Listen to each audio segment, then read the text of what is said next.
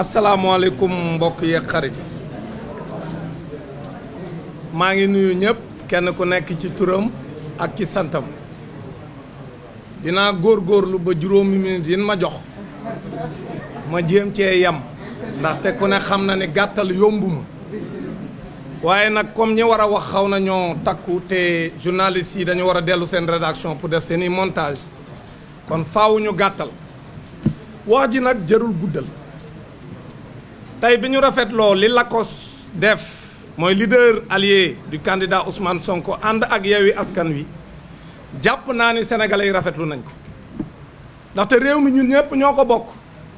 ki nga xam moom leen jiital muy président de la république en 2012 ban koy fal kenn njortul woon ni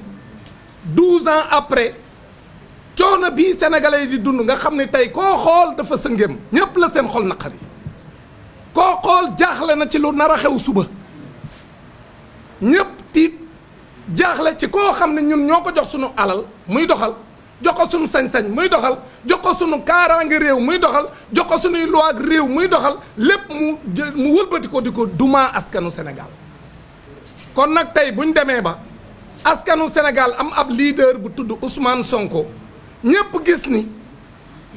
président Macky Sall depuis 2019 mu falu li muy def mooy fexe ba Ousmane Sonko du mën a nekk candidat en 2024 kooku jaaduwul kon nag lii xew suba dañ bëgg a wax sénégalais yi ban njëriñam suba bu benn sénégalais toog di tayle sañ-sañam ak moomeelam dañu bëgg sénégalais yépp génn tuuru leen ci mbeddi ndakaaru yi loolu lañ bëgg na sénégalais yi tuuru ci mbeddi ndakaaru yi na mbedd yi fees dell na ñëpp jubal ca tribunal cour suprême ba nga xam ma ngay am ca corniche ba wetu hôtel teeru bi parce que foofu la mbir ma di xewe te audience ba audience publique la sénégalais yi am nañ droit dem fa kon bu leen kenn tere nañu bàyyi sénégalais yi ñu génn seen kër yi ku war a demander permission demandel permission ku war a tëj sa atelier tëj ko képp kuy élève wala ngay étudiant na ñëpp jubal cour suprême à partir de 7 heures 8 heures na mbedd yi fees dell ñu jëm tribunal ba parce que procès bi ku nekk am nga droit dem fekke ko liñ ciy teg rek ñun mooy bu kenn toj bu kenn taal message bi sénégalais yi war a jox seen bopp jox ko waa àdduna bi mooy ñu tuuru ci mbedd mi wane ni li président Macky Sall bëgg a def kenn d'accord ci tàlloowuñu kenn tojloowuñu kenn parce que loolu lañ ñu bëgg a pousser pour def li ñëpp di njort te kenn du ko may li ñu bëgg mooy ñu àtte ci dëgg àtte ci dëgg nag sénégalais yi ñoo ko mën a exiger ña nekk ca tribunal ba gis ne mbedd yi fees na dell loolu mooy message bu fort bi mais suñu amee ay foyer de tension ñuy xeex loolu la président Macky Sall bëgg duñ ko may na mbedd yi fees dell ñu jubal ñun ñëpp ba tribunal ba ñu yegg ñuy ñaan force de l'ordre yi bu ñu tiire benn force de l'ordre bu mu tiire benn lacrymogène bu kenn jaay doole ñuy lancer nag un message aux juges yi nga xam ñoom ñooy àtte foofu lay tëjee juge bi nga xam ne mi ngi tudd Siré Ali Ba fanweeri at ak juróom ci ginnaaw waajuram wu góor Ali Siré Ba moom la Abdou Diouf bëggoon a utiliser pour mu neenal candidature Ablaye Wade ginnaaw bi élection présidentielle yi 88 yi jàllee moom waajuram wu góor taxaw jël ay responsabilités am ne Abdou Diouf du ma neenal candidature Ablaye Wade parce que Ablaye Wade am na droit nekkaat candidat parce que xeexoo moo am mais atte ci dëgg teg ko ci yoon ba président Abdoulaye Wade amul déchéance bu nekk ci kawam pour mu bañ a nekkaat candidat en 93 kooku ko defoon mooy waajur wu góor bu Siré Ali Ba mii nar a atte suba waajuram wu góor wu tudd Ali Siré Ba moom moo defoon loolu kon leer am na solo ñu fàttali ko pour mu taxaw fa waajuram wu góor taxawoon Sénégal ñëpp tiit ne Abdoulaye Wade dina rëtu la nekk candidat ci ay élection moom mu jël responsabilité ne Abdou Diouf sama liggéey du ma ko yàqate sama carrière du ma ko yàqate ndax bëgg lu neex président de la république kon Ablaye Wade du ma ko tere nekk candidat donc li ngeen bëgg du ma leen ci fekk si yow commissaire du gouvernement boobu moom lañ remplacé par l'agent judiciaire de l'État la cour s'appelait la cour de sûreté de l'État kon nag tey yow Siré Ali Ba la sa waajuru góor defoon en 88 fanweeri at ak juróom tey yow la Sénégal gépp di déglu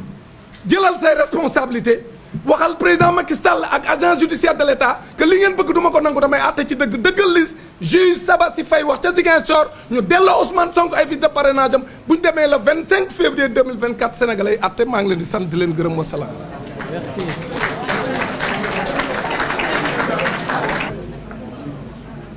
asalaamaaleykum mbokk Sénégal di nuyu ñi ni déglu ñëpp nekk ci biir réew mi ak nekk ci bitim réew di nuyu kilifa diine yi wax ji daanaka bërki démb wax naa ci lu am solo bi may def fii point de presse ci li xew war a xew le 17 bii ñu jëm muy gannaaw suba mën nañ ko résumer de façon très très simple. Le président Macky Sall lan la jóg pour xeex nit ku am ambition am un projet boobu am beaucoup d'adhérents projet boobu am ñu bare ñi nga xam ni dañ ci porter seen espoir nit yàlla may ko popularité nga ni ko léegi loolu du ma bàyyi nga exercer ko du ma bàyyi mu continuer damay fexe ba nasaxal loolu en résumé loolu rek moo fi nekk. Ni fàttali le président Macky Sall que des oppositions entre opposants et des oppositions très fortes ont toujours existé dans ce pays-là. Yàlla may na ñu fekkee 2005 entre le président Ablaye Wade et le président Idrissa Seck te pourtant président Ablaye Wade terewu ko mu bokk élection. Yàlla may nañu aussi ñu fekkee l'opposition entre le président Ablaye Wade et le président Macky Sall, actuel président de la République. Le président Wade terewu ko mu bokk élection mais depuis que le président Macky Sall est là la participation à une élection moo gën a metti parcours du combattant et la problématique de la participation en réalité a commencé avec le président Macky Sall d'abord fexe ba képp ku yàlla may tuur may la doole nit ñi am yaakaar ci yow mu xool par la justice comment la lay éliminer. Karim Wade est passé par là, le président Karim Wade, le président Khalifa Sall. Aujourd'hui, mu ni dafa jóg pour jaaree fa le président Ousmane Sonko. La problématique de la participation, l'introduction du parrainage, toujours pour fexe ba nit du bokk. Maintenant, il a fait beaucoup d'erreurs, le président Macky Sall. Bu ñu ko doon compter duñ fi jógee. Mais il a la possibilité de corriger tout cela demain. Il a la possibilité demain, s'il décide de réhabiliter le président Ousmane Sonko, mu doon candidat, présenter le président Ousmane Sonko ak tous les autres candidats qui le souhaitent devant le peuple sénégalais et seul ce peuple souverain décider, il corrigera toutes les erreurs yi nga xam ni moom la nekk di def nii na ci ànd gëm yàlla te xam ni yàlla pare na démb et que li mu foog du am, je l'ai dit avant-hier maa ngi koy répété waat c'est pas le président Ousmane Sonko avec toute la connaissance qu'il a de la mission mooy ñëw doon président de la République naan ni di nekk fii di nekk ci ay xeex yu ñàkk fayda parce que xam na ni problème mu sénégalais yi ñoo ngi koy xaar donc na xelam dal ci loolu mais na dalal sénégalais yi suba na fexe ba la décision qui va sortir donne une décision qui va l'honorer, une décision qui va honorer le peuple sénégalais, une décision qui va réhabiliter le président Ousmane Sonko. xaaruñu leneen et leneen xaju fi en réalité loolu rek moo fi xaj. Il est à 3 mois de son départ 3 mois pour au moins dugg ci histoire je pense que loolu waru ko rater suba. Au-delà de lui tous les Sénégalais l'ACOS introduire na une demande de marche demain di wax na ñëpp génn dès que c'est autorisé et comme on le répète dans la paix parce que le rassemblement populaire dina tax mu xam ni yenn direction yi nit ñi ànduñu ci et que dafa am beneen direction bi nga xam ni moom la ñuy xaar le président Macky Sall na xam ni nguur mbiru yàlla la na xam ni nit mënoo ko tere à travers sa popularité à travers ses ambitions bu fekkee yàlla dafa bind ci moom président mu doon président dire à la communauté internationale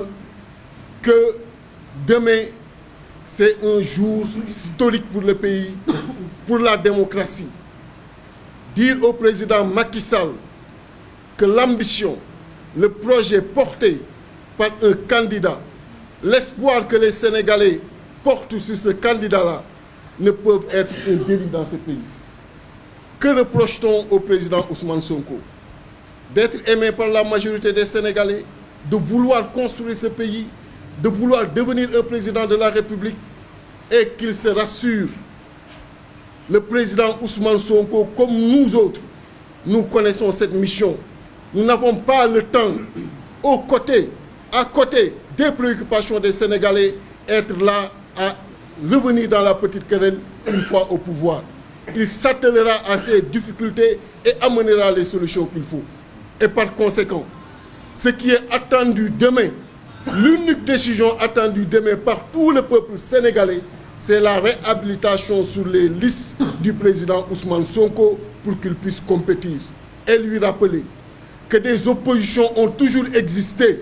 et jamais un président n'avait empêché à un opposant d'être candidat. Ce fut le cas en 2005, ce fut également le cas en 2008, le concernant lui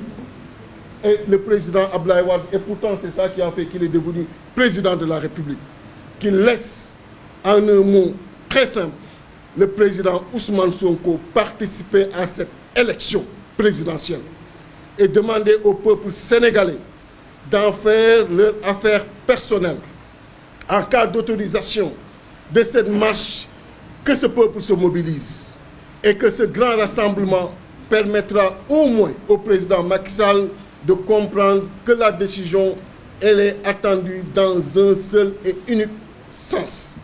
Et maintenant, pour le reste, qu'il s'en remette à Dieu et qu'il sache que le pouvoir, c'est l'affaire du Tout-Puissant et qu'il ne peut rien contre le destin